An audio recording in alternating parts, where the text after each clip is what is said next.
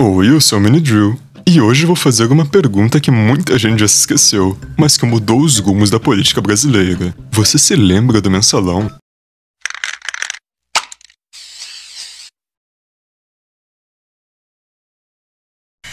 Bota na cabeça que estilo não é marra. E aí, Marquinhos DJ, faz o sample de guitarra. Bota na cabeça que estilo não é marra. E aí, Marquinhos DJ, faz o sample de guitarra. Quero me perguntar como é que se fala triplec, triplec, eu sei como fala triplec. Outra coisa, a busca na minha casa foi tão minuciosa que acharam a porra do meu dedo que eu tinha perdido há muitos anos atrás. Dizer que o Lulinha não é meu filho. O Lulinha é o presente de um amigo que eu ganhei, que é dono de uma maternidade. Queria dizer também que eu não sou dono do sítio. O dono do sítio, na verdade, é uma senhora. Chama Dona Benta. O mais incrível brasileiros é que me deixaram. O tempo que me deixaram, dando meu depoimento, não tinha um gole de pinga para dar. O mais importante, povo brasileiro, é que ninguém mais pode me chamar de analfabeto. Porque eu, hoje, realizei o sonho de passar na federal. O depoimento terminou porque ele desistiu quando pediu para eu falar o nome da Odebrecht.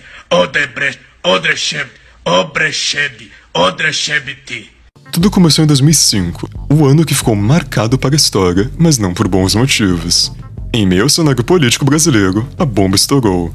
O então deputado Roberto Jefferson, que presidia o PTB, e aquele que já tinha uma cara de quem estava prestes a causar confusão, foi acusado de estar chefiando um esquema de corrupção dos Correios. Mas como todo bom escândalo, Jefferson não iria cair sozinho. Em um estilo de grande revelação, com uma entrevista de fofoca, ele começou a contar tudo. Em um grande pode falar, ele revelou que o PT estava por trás de um sistema de compra de apoio político no Congresso Nacional, e não é qualquer apoio.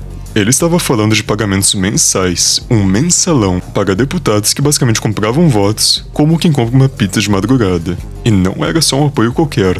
Os caras estavam garantindo um verdadeiro exército de votos em troca de grana. E aí que começou a ganhar um tom de novela.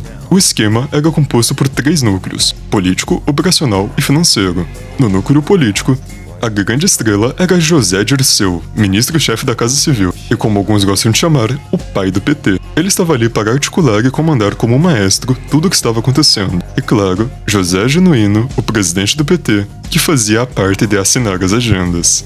E eles não estavam ali só para tomar um café no Planalto. Eles estavam criando até então o maior esquema de compras de voto da história do mundo. Já no núcleo operacional, a coisa ficava ainda mais interessante, ou bizarra. O grande comprador desse esquema era Delúbio Soares, o tesoureiro do PT, com o currículo de gerenciar o dinheiro de campanha. Ele tinha uma verdadeira rede de relações que mais parecia um trama de filme de espionagem. Eles transformavam o dinheiro público em uma verdadeira máquina de sustentar alianças políticas, tudo por meio de suas agências de publicidade. E pode acreditar que o PT não estava só fazendo campanha política, mas comprando muito apoio e sem a menor vergonha disso.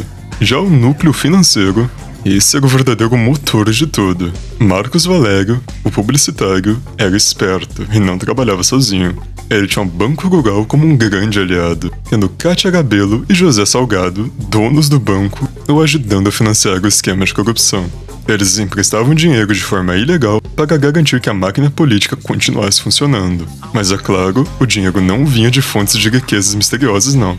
Ele vinha de contratos públicos superfaturados. Obviamente de estatais, que pagavam para as empresas de Marco Valério. Era uma verdadeira lavagem de dinheiro em grande escala. E aí a coisa começou a esquentar. A primeira pista que algo de errado estava acontecendo aconteceu em maio de 2005, onde um vídeo foi divulgado, um funcionário dos Correios recebendo propina. E isso, meus amigos, foi o estopim. Quando Roberto Jefferson decidiu falar tudo, ele revelou com todos os detalhes como o dinheiro chegava a Brasília e como ele se transformava em votos e apoio. E ele não economizou palavras. E com isso, o escândalo foi tomando proporções épicas, como se uma bomba tivesse estourado no Congresso Nacional. A CPI dos Correios foi instaurada e era uma verdadeira caça às bruxas, com os parlamentares se perguntando quem estava mais envolvido nessa trama. E é claro, os depoimentos não paravam de surgir. cada revelação era mais chocante que a outra. A ex-secretária de Marcos Valério, Fernanda Cairina, por exemplo, detalhou tudo. Os negócios com os deputados poderiam ser até em malas de dinheiro, contas secretas e operações financeiras enormes. A cada novo depoimento, o clima ficava mais quente e mais tenso. E o melhor, ou pior, estava por vir. Em julho de 2005, José Adalberto Vieira da Silva, assessor do PT, foi preso no aeroporto de Congonhas com nada mais, nada menos que R$200 mil em uma mala e $100 mil escondidos na cueca. A imagem dele circulou o Brasil inteiro e foi um verdadeiro símbolo da corrupção, com este episódio deixando claro como o esquema estava espalhado por todos os cantos do governo. Enquanto isso, o presidente da República, Luiz Inácio Lula da Silva, tentava se desvincular das acusações. O homem que estava no centro de um furacão, em vez de calar a boca e esperar o tempo passar, resolveu se manifestar.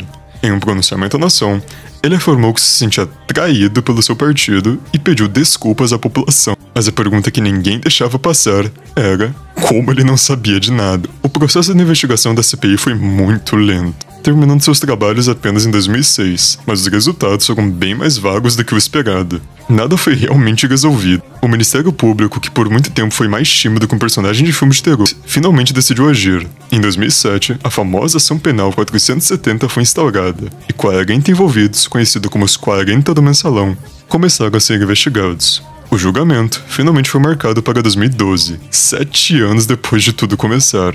E quem estava esperando por uma solução rápida, pois é, não aconteceu. E o melhor de tudo foi que a justiça brasileira começou a mostrar suas garras. José Dirceu e José Genuíno, que até então estavam no topo do poder do país, acabaram cumprindo penas e a população começou a perceber que sim, até os mais poderosos podem ser responsabilizados. E em 2012, o Brasil começou a acordar de um pesadelo que talvez não tivesse fim. As consequências do Mensalão foram bem profundas e ajudaram a reconfigurar a política brasileira.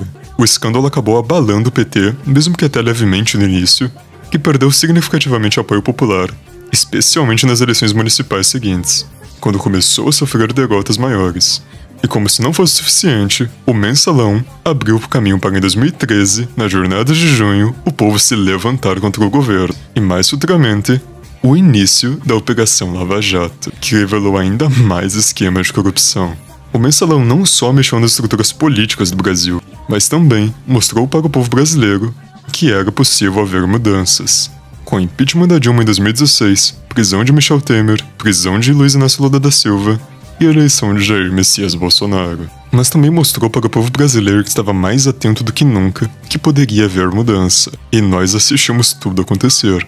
Em 2016 aconteceu o impeachment da Dilma, em 2018 ocorreu a prisão de Lula, em 2019 ocorreu a prisão de Michel Temer. O Mensalão abriu as portas para a derrubada de um presidente, prisão de 2 e a eleição de 1.